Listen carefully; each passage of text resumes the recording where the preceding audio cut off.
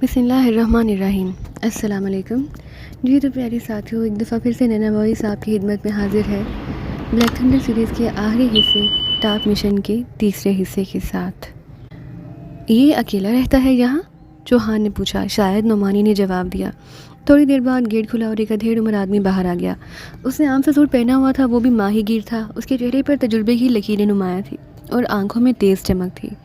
मेरा नाम जिराटो है, उसने मुस्कुराते हुए कहा। मेरा नाम विलियम टोड है और ये मेरा साथी है फ्रैंक। नुमानी ने अपना और चौहान का तारुफ कराते हुए कहा। आइए जनाब, मैं अकेला रहता हूँ। मेरी बीवी और बच्चे 12 साल पहले एक हादसे में हलाक हो गए थे। उसने अंदर जाते हुए कहा तो नुमानी ने उससे बाकायदा अफसोस का इजहार किया। पहले तो मुझे बेहद मुश्किल महसूस हुई, लेकिन अब तो मैं अकेले रहने का आदी हो गया हूँ। एंथनी भी मेरी तरह अकेला था, इसलिए हम दोनों का साथ खूब गुजरता था, लेकिन अब वो भी मुझे अकेला छोड़ गया है, जेराटो ने कहा। थोड़ी देर बाद वो सीटिंग रूम के अंदाज में सजे हुए कमरे में पहुंच बैठे। जेराटो ने कहा। फिर मुड़कर उसने अलमारी खोली और उसमें से सस्ती सी शराब की बोतल निकाल ली। सॉरी, हम हाथ औकात में पीते हैं, आपको कोई तकल्लुफ़ ना करें, नुमानी ने कहा। तो जेराटो इस तरह तेज़ी से मुड़ा कि जैसे वो इसी बात के इंतज़ार में हो। उसके चेहरे पर इत्मीनान के आसार उभर आए। उसने बोतल वापस अलमारी में रखी और फिर अलमारी बंद करके मुड़ा और आकर उनकी करीब कुर्सी पर बैठ गया। क्या आप दुरुस्त कह रहे हैं कि आपका ताल्लुक़ महकमा टैक्स से है? जेराटो ने पूछा। हाँ, क्यों? नुमानी ने चौंक कर पूछा। इसलिए कि पहले कभी मैंने महकमा टैक्स के लोगों को इस तरह रकम वापस करते नहीं सुना, जेराटो ने कहा। महकमा टैक्स जिस तरह टैक्स वसूल करता है, इस तरह ज़ायद रकम भी वापस कर देता है। या आप ये बताएं कि क्या आप वाकई कैप्टन एंथनी से बेहद बेतकल्लुफ़ थे? नुमानी ने गुफ्तगू का आगाज़ करते हुए कहा। बेतकल्लुफ़ी तो थी ही, हम यकजान दो कालिब थे। इसका कोई राज मुझसे और मेरा कोई राज उससे ना छुपा हुआ था, जेराटो ने कहा। तो नुमानी ने जेब से $1000 के नोट निकाले और सामने रख दिए। तो जेराटो का चेहरा देखने वाला हो गया। उसकी नज़रें नोटों पर इस तरह जमी हुई थी जैसे लोहा मकनातीस से चिमट जाता है। ये नोट आपको मिल सकते हैं, लेकिन आपको साबित करना होगा कि आप वाकई कैप्टन एंथनी के राजदार थे, नुमानी ने कहा। जबकि चौहान खामोश बैठा हुआ उन्हें देख रहा था। मैं कह रहा हूँ कि ऐसा ही है, जेराटो ने लरजते हुए लहजे में कहा। देखो जेराटो, हम जानते हैं कि $1000 बहुत बड़ी रकम है। हम चाहते तो ये रकम खुद भी खा सकते थे। हम चाहते हैं कि ये रकम कैप्टन एंथनी के उस दोस्त को दी जाए जिसने कैप्टन एंथनी की रूह को मुसरत मिले, लेकिन हम वैसे ही ये भारी रकम किसी को नहीं दे सकते। तुम्हारा छोटा सा टेस्ट लेते हैं। अगर तुम इस टेस्ट में पास हो गए तो ये रकम तुम्हारी, वरना रकम हमारी जेब में वापस और हम आपके घर से बाहर, नुमानी ने कहा। कौन सा टेस्ट? जेराटो ने होंठ चबाते हुए कहा। एक बात का हमें पहले से इल्म है। कैप्टन एंथनी ने हमें खुद बताई और इस बात का इल्म उसके गहरे दोस्त को ही हो सकता है। इसलिए वो बात मैं आपसे पूछ रहा हूँ। अगर आपने दुरुस्त जवाब दे दिया तो ये रकम आपकी, वरना नहीं, नुमानी ने कहा। कौन सी बात? जेराटो ने पूछा। ट्रांस दारुल हुकूमत से सप्लाई किसी लिबार्टी में भिजवाई जाती थी। ये सप्लाई जहाँ कैप्टन एंथनी के हवाले की जाती थी और वो उसे अपने छोटे जहाज़ आसुमा पर लाद कर कहीं छोड़ कर आता था। तुम अगर उसके दोस्त हो तो बताओ कि वो ये सप्लाई कहाँ पहुँचाता था और किसके हवाले करता था? नुमानी ने आहर असर बात कर दी। तो आपका ताल्लुक ब्लैक थंडर से है? जेराटो ने यकलहत एक तवील सांस लेते हुए कहा और उसके साथ ही उसके चेहरे पर यकलहत मौत की सी जर्दी छा गई। ब्लैक थंडर क्या मतलब? किसकी बात कर रहे हैं आप? नुमानी ने बड़ी मुश्किल से अपने आप को कंट्रोल करते हुए कहा। ब्लैक थंडर का नाम जेराटो के मुंह से सुनकर चौहान का मुंह भी खुले का खुला रह गया। देखिए जनाब, ये नोट मेरे किसी काम के नहीं। अगर मैं ज़िंदा ही ना रहूं तो ये नोट मुझे क्या फ़ायदा देंगे? वैसे आप यकीन करें या ना करें, चाहे मुझे बख्श दें चाहे मुझे गोली मार दें, ये बात सच है कि वाकई मुझे ये मालूम नहीं कि एंथनी सप्लाई लेकर कहाँ जाता था और किसके हवाले करता था। जेराटो ने रुक रुक कर और ऐसे लहजे में कहा जैसे उसको यकीन काबिल हो कि उसकी मौत उसके सामने आ खड़ी हुई है। ब्लैक थंडर के बारे में तुम्हें किसने बताया? नुमानी ने कहा। एंथनी ने। उसका कोई राज मुझसे छुपा हुआ नहीं। मुझे मालूम है कि वो ब्लैक थंडर के लिए सप्लाई की तरसील का काम करता था। उसे इसके एवज बड़ी भारी रकम मिल जाती थी जिसे वो इंतहाई खुले दिल से खर्च करता और हम पूरे एक हफ्ते तक दिल खोलकर आला तरीन शराब पीते थे, जेराटो ने कहा। फिर तुमने ये बात कैसे कर दी कि हमारा तारुक ब्लैक थंडर से है? नुमानी ने कहा। जाहिर है सप्लाई की बात का इल्म या ब्लैक थंडर को हो सकता है या एंथनी और मुझे। एंथनी मर चुका है, इसलिए लामहला आपका ताल्लुक ब्लैक थंडर से है, जेराटो ने कहा। तो नुमानी बेएहतियात हंस पड़ा। तुम वाकई बहुत सीधे साधे आदमी हो। अगर हमारा ताल्लुक ब्लैक थंडर से होता तो मुझे $1000 देने और इतनी बातचीत करने की क्या ज़रूरत थी? हम तुम्हें सीधे गोली मारते और वापस चले जाते, नुमानी ने कहा। आप यकीन करना चाहते हैं कि मुझे इस बारे में मालूम है या नहीं? जेराटो ने कहा। तो नुमानी एक बार फिर हंस पड़ा। उससे बड़ी तंजीमों को कोई फ़र्क नहीं पड़ता और ना वो इस तरह के बखेड़ों में पड़ती हैं। उनका तरीक़ाकार बस गोली मारी और ज़ुबान हमेशा के लिए बंद होता है, नुमानी ने कहा। तो फिर आपको इस बारे में कैसे इल्म हो सकता है? जेराटो ने पूछा। बताया तो है कि एंथोनी ने खुद बताया था, अगर एंथोनी तुम्हें बता सकता है तो मुझे भी बता सकता है, नोमानी ने कहा। हैरत है मुझे तो वो कहता था कि उसने इस राज को इंतहाई सख्ती से राज रखा हुआ है, जेराटो ने कहा।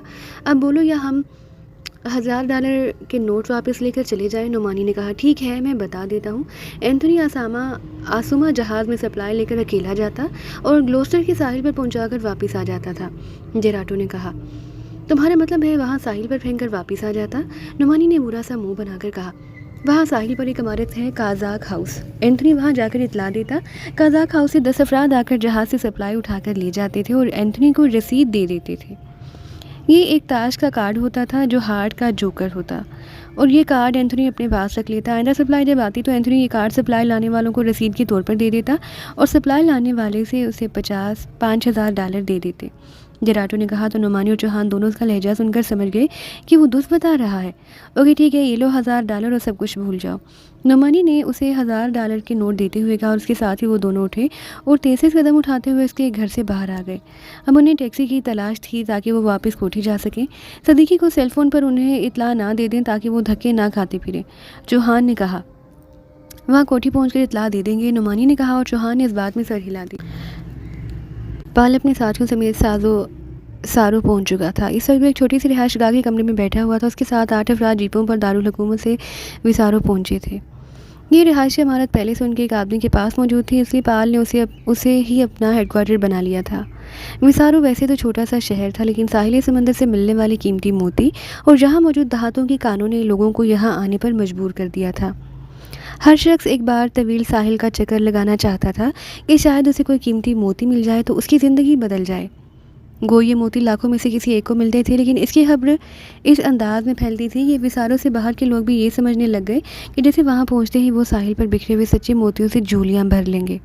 ये और बात है कि जहाँ साहिल के करीब समंदर के नीचे सरकारी तौर पर मोतियों की बाकायदा परवरिश की जाती, क्योंकि जहाँ की आबो हवा और समंदर की तय में मखसूस मोंगे और सीप मोतियों की परवरिश के लिए इंतहाई साजगार समझी जाती थी।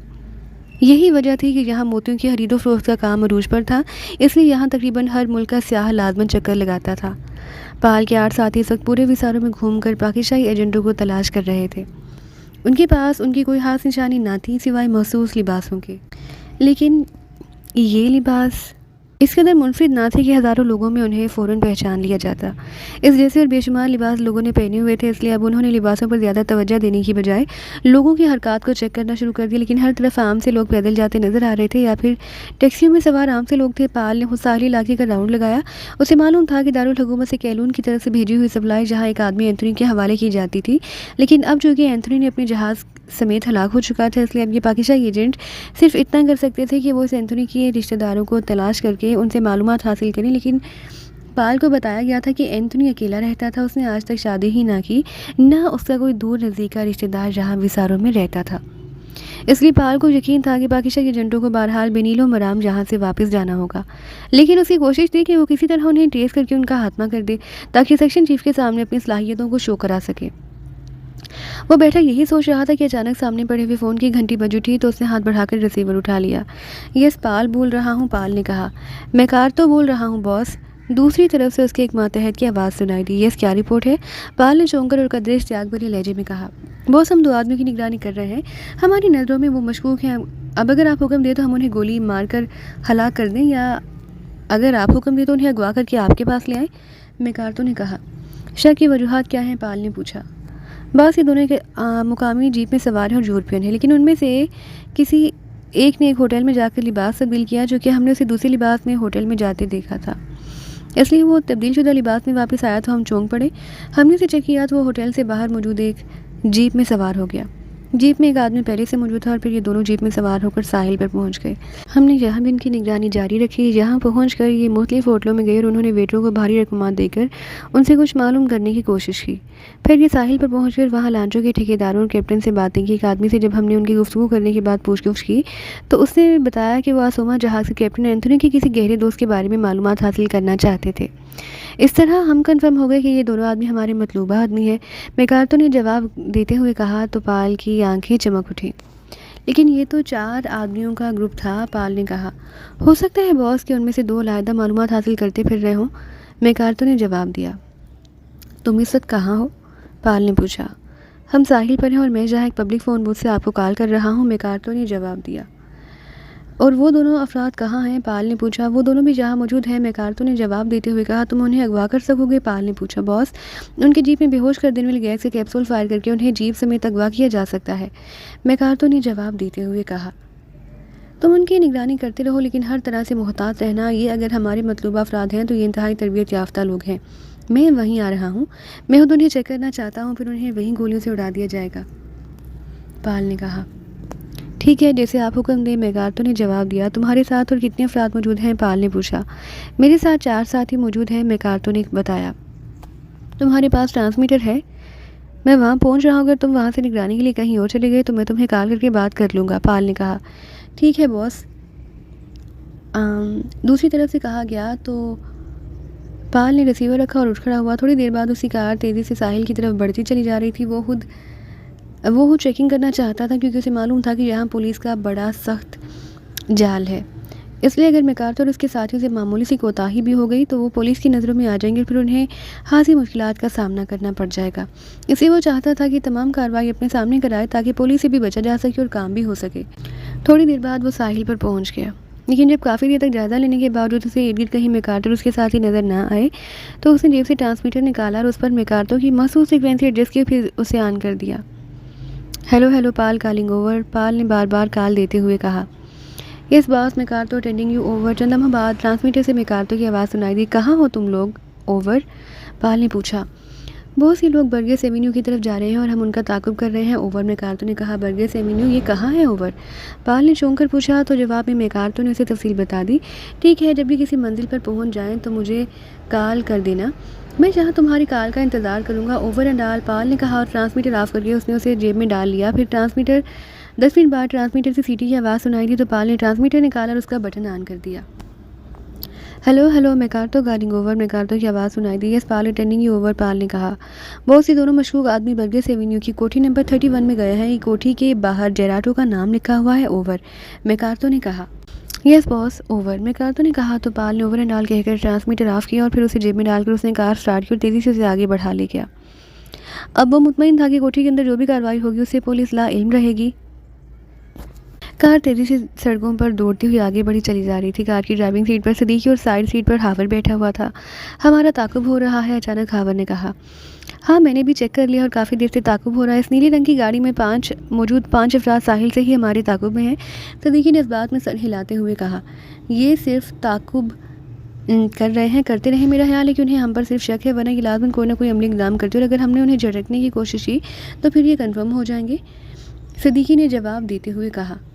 लेकिन इसका ताल्लुक़ किससे है? हमने तो चेहरे पर भी बदल लिए हैं और लिबास भी, फिर उन्हें हम पर शक कैसे हो गया?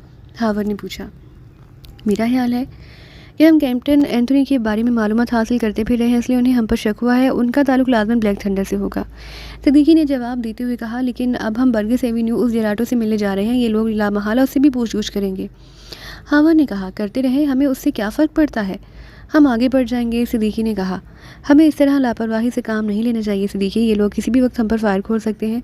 ज़रूरी नहीं कि ये सिर्फ ताक़ुब और निगरानी ही करते रहेंगे, हावर ने इंतहाई संजीदा लहजे में कहा। तुम्हारी बात दुरुस्त है, लेकिन जैसे कि मैंने कहा कि उन्हें झटकने की सूरत में ये लोग कंफर्म हो जाएंगे। अलबत्ता एक काम हो सकता है कि हम उस जेराटो से मिलने बर्गेस एवेन्यू जा रहे हैं, उन्हें अगर कोठी के अंदर ले जाकर घेर लिया जाए तो ज़्यादा बेहतर होगा, सदीकी ने कहा। वो कैसे? हावर ने चौंक कर पूछा। जेराटो हमारा मुंतज़िर होगा, हम अंदर दाखिल होकर उसको बेहोश कर देंगे, फिर रुकबी तरफ से बाहर चले जाएंगे। ये लामहला हमें चेक करने के लिए वहीं मौजूद होंगे, हम उनका हाथमा करके जेराटो से मालूमात हासिल करके निकल जाएंगे। ज़्यादा से ज़्यादा हमें दोबारा मेकअप करना पड़ेगा, सदीकी ने कहा। मेरा ख्याल दुरुस्त है, हावर ने कहा। क्या? सदीकी ने चौंक कर पूछा। हम जेराटो से मिलने जाएंगे तो लामहला ये हमारी गुफ्तगू सुनने की कोशिश करेंगे, इसके लिए लाजमन अंदर कोई डिक्टाफोन फायर करेंगे। ये गुफ्तगू सुनने के बाद लाजमन ये कंफर्म हो जाएंगे, तो फिर ये बाहर से बेहोश कर देने वाली गैस फायर करके अंदर हमें बेहोशी के आलम में या तो अगवा करके ले जाएंगे या हलाक कर देंगे, हावर ने कहा। तुम्हारी बात किसी हद तक दुरुस्त लगती है, फिर क्या करें, सदीकी ने कहा। तुम ऐसा करो कि रास्ते में किसी बड़े मेडिकल स्टोर से बेहोशी से बचने वाली मखसूस गोलियां खरीद लो, हम वो खा लेंगे, इसके बाद जो भी सूरत हाल होगी उसके मुताबिक कार्रवाई करेंगे, हावर ने कहा। तो सदीकी ने इस बात में सर हिला दिया। फिर एक चौक में से उसने कार पब्लिक पार्किंग में रोकी और फिर सदीकी कार से उतरकर पैदल ही एक साइड पर मौजूद मार्केट की तरफ बढ़ गया, जबकि हावर कार में बैठा रहा। उसने नीले रंग की कार को भी कुछ देर एक पार्किंग में रुकते देखा, क्योंकि यहाँ ज़्यादा देर तक बगैर पार्किंग की कार ना रोकी जा सकती थी। इसलिए कार रखने वाले कार को रोकने के लिए पार्किंग का ही रुख करते थे। पब्लिक पार्किंग काफ़ी तादाद में जगह जगह बनाई गई थी, इसलिए किसी परेशानी का सामना ना करना पड़ता था। हावर ने देखा कि नीले रंग की कार में सवार अफराद में से एक आदमी बाहर निकला और तेज़ तेज़ कदम उठाता उसी मार्केट की तरफ बढ़ गया जहाँ सिद्दीकी गया था। एक लम्हे के लिए हावर परेशान हुआ कि अगर उस आदमी ने सिद्दीकी को महसूस गोलियां खरीदते हुए चेक कर लिया तो वो सारी सूरत हाल समझ जाएंगे। लेकिन फिर उसने अपनी परेशानी झटक दी, क्योंकि उसे मालूम था कि सिद्दीकी इंतहाई मोहतात फितरत आदमी है। थोड़ी देर बाद सिद्दीकी वापस आता दिखाई दिया तो हावर ने उस आदमी को भी सड़क क्रॉस करके वापस अपनी कार की तरफ जाते हुए देखा। एक ताकुब कुनिंदा तुम्हारे ताकुब में गया था। हावर ने सिद्दीकी के ड्राइविंग सीट पर बैठते हुए कहा, हाँ मैंने चेक कर लिया था, लेकिन गोलियां मैं पहले ही खरीद चुका था। उसके सामने मैंने सिगारों का डिब्बा खरीद लिया था जो मेरी जेब में है। सिद्दीकी ने जवाब दिया। उसके साथ ही उसने जेब से सिगार का डिब्बा निकाला और उसे कार की भी सीट पर फेंक दिया। फिर दूसरी जेब से उसने गोलियों का पैकेट निकाला, उसमें से 2 गोलियां निकाल कर उसने हावर की तरफ बढ़ा दी और 2 गोलियां उसने अपने मुंह में डाल ली। पैकेट जेब में वापस रखकर उसने कार स्टार्ट की और उसे पार्किंग से निकाल कर सड़क पर ले आया। मेरा ख्याल है कि उन्हें दोनों तरफ से घेरना चाहिए, अचानक सिद्दीकी ने कहा। वो कैसे? हावर ने पूछा। उगली तरफ से बाहर जाकर और सामने की तरफ से भी। सिद्दीकी ने कहा, अच्छी बात तो यह है कि उस जराटो को घेरा जाए, असल काम तो उसी से है, और अगर हम दूसरे चक्कर में फंस गए तो असल काम रह जाएगा। हावर ने कहा, तुम्हारी बात ठीक है, हमें उधर तवज्जो देने की बजाय पहले उस जराटो से मुलाकात करनी चाहिए। मुझे यकीन है कि वो इस मामले में कुछ ना कुछ ज़रूर जानता होगा। सिद्दीकी ने कहा, हाँ बताया तो यही गया है। हावर ने इस बात में सर हिलाते हुए कहा। वो दोनों कैप्टन एंथोनी के बारे में मालूमात हासिल करते हुए एक माहीगीर से टकरा गए और फिर उस माहीगीर ने उन्हें बताया था कि कैप्टन एंथोनी का सबसे गहरा दोस्त जराटो है, जो बर्गेस एवेन्यू की कोठी नंबर 31 में रहता है। तो सिद्दीकी ने पब्लिक फ़ोन बूथ से इंक्वायरी पेटे से जराटो का फ़ोन नंबर मालूम किया। फिर जराटो को फ़ोन करके उसने उसे बताया कि उसका ताल्लुक इंश्योरेंस कंपनी से और कैप्टन एंथोनी का इंश्योरेंस क्लेम देने के लिए उन्हें उसके वारिसों की तलाश है। अगर वो इस सिलसिले में उनकी मदद करें तो उसे माकूल मुआवजा दिया जा सकता है। जराटो ने उन्हें बताया कि चूँकि उसकी तबीयत ख़राब है इसलिए वो घर पर भी ही है, वो उसके घर आ जाए। चनाचे सिद्दीकी और हावर जराटो से मिलने से घर जा रहे थे कि रास्ते में ताकुब की बातें हुई और फिर उन्होंने बेएहतियातन बेहोशी से बचने के लिए गोलियां खरीद कर खा ली। फिर थोड़ी देर बाद उनकी कार बर्गेस एवेन्यू पहुंच गई। यहाँ छोटी छोटी रहायशी मकान नमा कोठियाँ थी, जिनकी हालत से ही मालूम होता था कि जहाँ मुतवस्सत तबके के लोगों की रिहाइश है। कोठी नुमा मकान 31 का फाटक बंद था और बाहर जराटो के नाम की प्लेट मौजूद थी। सिद्दीकी ने कार रोकी, फिर नीचे उतरकर उसने कार बेल का बटन प्रेस कर दिया। कौन है? डोर फोन से जराटो की आवाज़ सुनाई दी। मेरा नाम माइकल है और मेरा ताल्लुक इंश्योरेंस कंपनी से है, आपसे फ़ोन पर बात हुई है, सिद्दीकी ने बताया।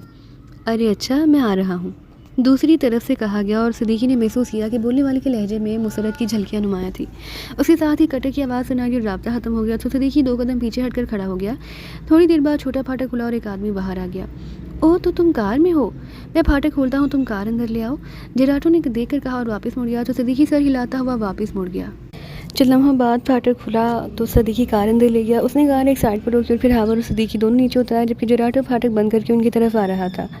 तुम इससे बातें करो, मैं इस दौरान चेकिंग कर लूँ, हावर ने कहा। आइए जनाब, जराटो ने मुस्कुराते हुए इमारत की अंदरूनी हिस्से की तरफ इशारा करते हुए कहा। मिस्टर माइकल, आप जाइए, मैं कार को चेक कर लूँ, कहीं वापसी में ये तंग ना करे, हावर ने कहा। हाँ मिस्टर गेन, आप उसे चेक कर लें, मैं मिस्टर जराटो से बात करता हूँ, सिद्दीकी ने कहा। क्या हुआ है कार को? जराटो ने चौंक कर पूछा। कुछ नहीं, मामूली सी मिसिंग कर रही है, ग्रीन उसे अभी ठीक करा लेगा, सिद्दीकी ने सरसरी से लहजे में कहा।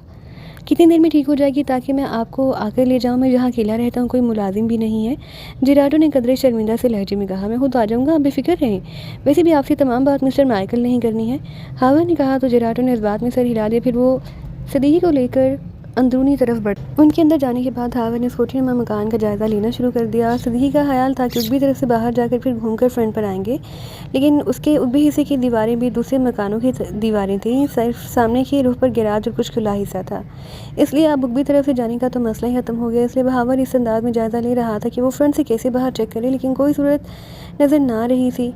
फाटक खोलकर बाहर जाना ही हमाकत था। अचानक उसे साइड गली से कटक कटक की आवाज़ें सुनाई, जिसके साथ ही साइड गली से एक के बाद दीगे 4 सुर्ख रंगे बड़े बड़े कैप्सूल गैराज के साथ ज़मीन पर गिरकर फट गए और हावर फ़ौरन समझ गया कि ये बेहोश कर देने वाली गैस फायर की गई है। वो तेज़ी से आगे बढ़ा और अंदर गया ताकि सिद्दीकी कमरे से बाहर आ रहा था और सामने की कुर्सी समेत जराटो ज़मीन पर गिरा हुआ नजर आ रहा था। बेहोश कर देने वाली गैस फायर की गई है, जराटो से मालूमात मिल गई है या नहीं? हावर ने पूछा, जो कि उन दोनों ने पहले ही बेहोशी से बचने वाली गोलियां खाई थी, इसलिए वो दोनों होश में थे, जबकि हल्का सा धुआं और इंतहाई नामानूस सी बू पूरे घर में फैल चुकी थी। नहीं, अभी तो इब्तदाई बात ही हो रही थी, सिद्दीकी ने कहा। अरे कोई फाटक के सामने मौजूद है, हावर ने आहट सुनकर कहा। अब उन्हें बेहोश करना होगा, आओ ऊपर छत पर जाते हैं, वहाँ से उन्हें आसानी से चेक कर लेंगे, सिद्दीकी ने कहा। फिर दोनों दब्बे कदमों बरामदे की साइड में मौजूद सीढ़ियाँ तेज़ी से चढ़ते हुए ऊपर फ्रंट साइड पर इकलौते कमरे में पहुंच गए। सिद्दीकी ने जेब से बेहोश कर देने वाली गैस का पिस्टल निकाला और सामने मौजूद खिड़की खोलकर पर्दे की साइड में खड़ा हो गया, जबकि हावर खिड़की की साइड में खड़ा हो गया था। चंद लम्हों बाद एक आदमी बंदर की सी फुर्ती से फाटक पर चढ़कर अंदर कूद गया। उसने फाटक खोल दिया। फिर जैसे बाद दीगरे 2 कारें अंदर दाखिल हुई तो फाटक खोलने वाले आदमी ने, जो फाटक के करीब ही खड़ा था, फाटक बंद कर दिया। उसी लम्हे कारें रुकी और फिर कारों में से लोग बाहर निकलने लगे। एक कार में से 4 अफराद बाहर निकले, जबकि दूसरी कार में से सिर्फ एक आदमी बाहर आया। सिद्दीकी ने हाथ में पकड़े हुए गैस पिस्टल कर उनकी तरफ किया और तेज़ी से मुसलसल ट्रैगर दबाना शुरू कर दिया। गैस पिस्टल से निकलने वाले गैस के अफसर उनके कदमों में गिरकर फटते चले गए और फिर इससे पहले कि वो संभलते, गैस ने उन्हें बेहोश होने पर मजबूर कर दिया। ये दूसरी कार तो पहले नज़र नहीं आई, हावर ने कहा। इस कार में अकेला आदमी है, लगता है कि ये उनका बॉस है, सिद्दीकी ने कहा। हमें तो जराटों से मालूमात हासिल करनी है, अब क्या करें, सिद्दीकी ने परेशान होते हुए कहा। वो दोनों सीढ़ियाँ उतरकर अब नीचे आ रहे थे। गैस एक बार फिर पूरी कोठी में फैल चुकी थी, लेकिन चूंकि उन्होंने जो गोलियां खाई थीं उनके असरात कई घंटों तक कायम रहते थे, इसलिए गैस का उन पर कोई असर ना हुआ था। वो दोनों जैसे ही नीचे बरामदे में पहुंचे, अचानक सिद्दीकी की जेब से घंटी की आवाज़ें सुनाई देने लगी। अरे सेलफोन पर कॉल आ रही है, सिद्दीकी ने कहा तो जेब से सेलफोन निकाल कर उसने उसका बटन ऑन कर दिया। Hello hello marshal calling over. दूसरी तरफ से आवाज़ सुनाई दी तो सिद्दीकी समझ गया कि नुमानी की कॉल है। यस माइकल बोल रहा हूँ, क्या कोई खास बात है? सिद्दीकी ने कहा। मैं और एंथोनी वापस पहुँच चुके हैं और हमने तमाम मालूमात हासिल कर ली हैं। तुम और फ्रैंक भी वापस आ जाओ ताकि नई मार्केट को चेक किया जा सके, सिद्दीकी ने कहा। कहाँ और कैसे मालूमात मिली हैं? सिद्दीकी ने हैरत भरे लहजे में कहा। तफसील बताने की ज़रूरत नहीं, हमने कैप्टन एंथोनी के गहरे दोस्त जेराटो को तलाश किया, फिर उसे $1000 देकर उससे तमाम मालूमात हासिल कर ली है, दूसरी तरफ से कहा गया। तो सिद्दीकी और हावर ये सुनकर बेएहतियात उछल पड़ी कि क्या ये जेराटो बर्गस एवेन्यू में रहता है? सिद्दीकी ने पूछा। और क्या मतलब, तुम उसे कैसे जानते हो? नुमानी ने इंतहाई हैरत भरे लहजे में कहा। मैं और फ्रैंक उस वक्त उसी मकान में मौजूद हैं। तुम ये बताओ कि तुम्हें क्या मालूमात मिली है? इशारा कर दो ताकि मैं समझ जाऊँ कि हमें अब मज़ीद कुछ नहीं करना।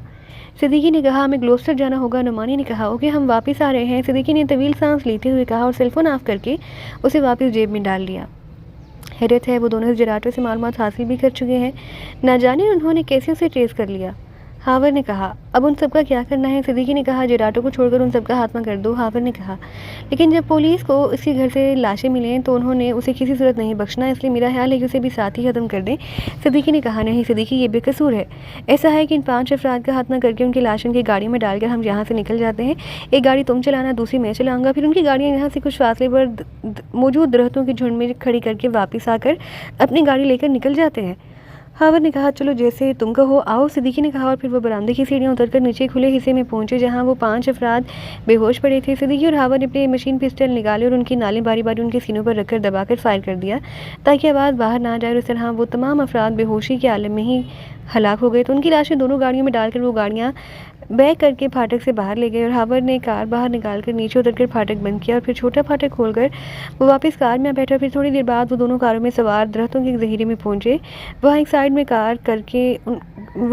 करके उन्होंने कारें रोकी और फिर वो नीचे उतरे। फिर पैदल चलते हुए वापस जेराटो के मकान की तरफ बढ़ने लगे।